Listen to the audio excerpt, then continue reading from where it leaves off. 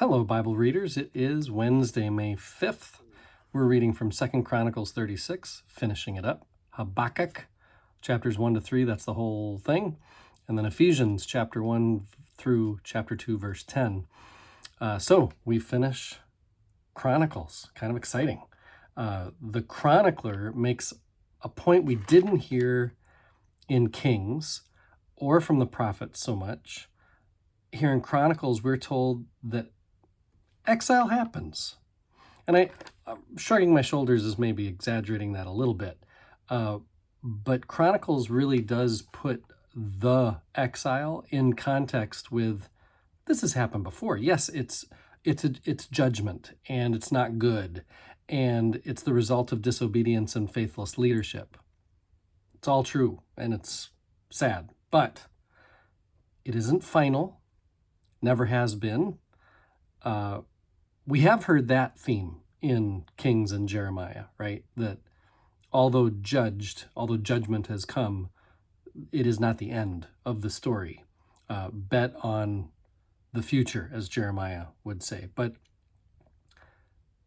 this Chronicles section is saying the last three of the last four kings were each deported. Exiles have been going on for generations in Judah.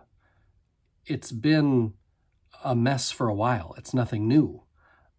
Now, this judgment can be followed up by renewal.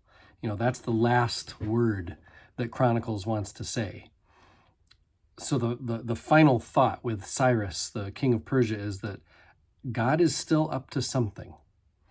And that's a really faithful, hope-filled way to end a book like this Chronicles. Habakkuk. Every kid's favorite book in the Old Testament because it's fun to say. Habakkuk! The most famous Habakkuk phrase in the church is chapter 2, verse 4, "The just shall live by faith." The reason that's so known to Christians is Paul quotes it in his letter to the Romans, chapter 1, verse 17. Habakkuk is a contemporary of Jeremiah, calls out miscarriages of justice in the political realm, judicial, economic institutions of Jerusalem. He admits a struggle that many faithful people have, and that is injustice seems to win, seems to dominate everything. Even the stuff that God uses to further God's way oftentimes has on the edges of it some sort of injustice.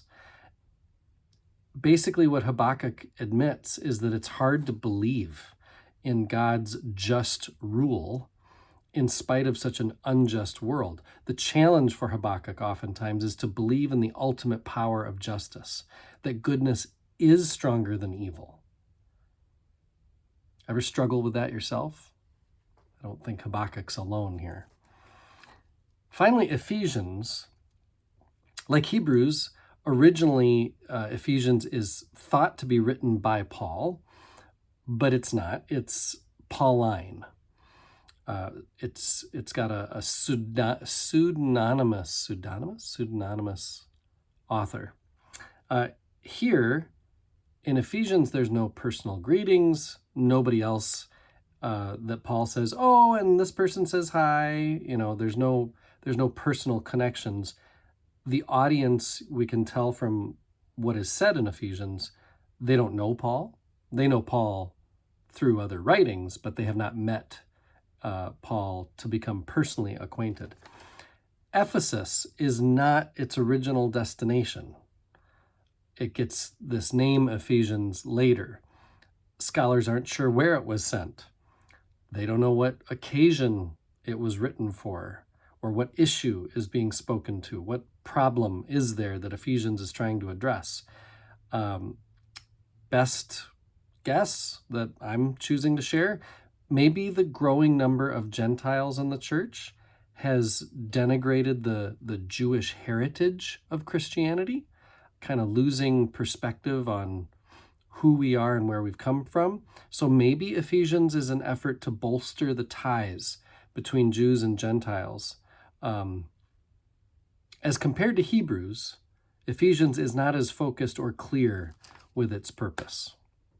But let's read it anyway. I am one with my God is with us, all of us at all times and in all places.